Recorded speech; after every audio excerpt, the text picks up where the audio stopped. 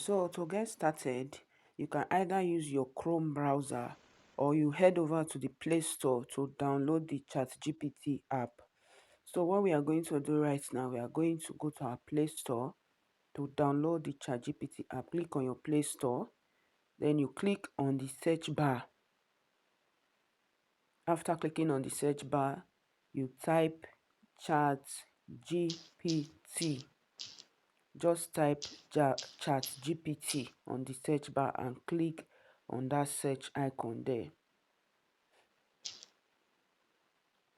So this is the ChatGPT we are going to install. You click on it and then you open it. After opening it, click on continue, just register on the app, and then you click on this icon and you click on photo.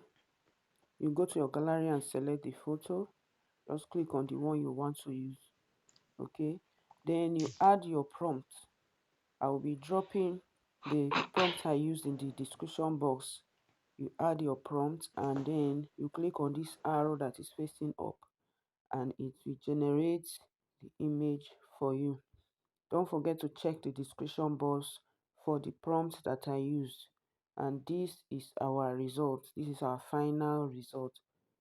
This is so beautiful.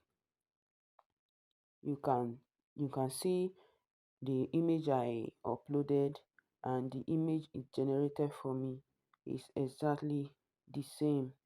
See the image it's generated and the image that I posted. So to download the image, just click on the image, click and hold, then you click on download image and it will automatically save to your phone. So these are other images that I generated. So you can just twist your prompt a little to give you exactly what you want.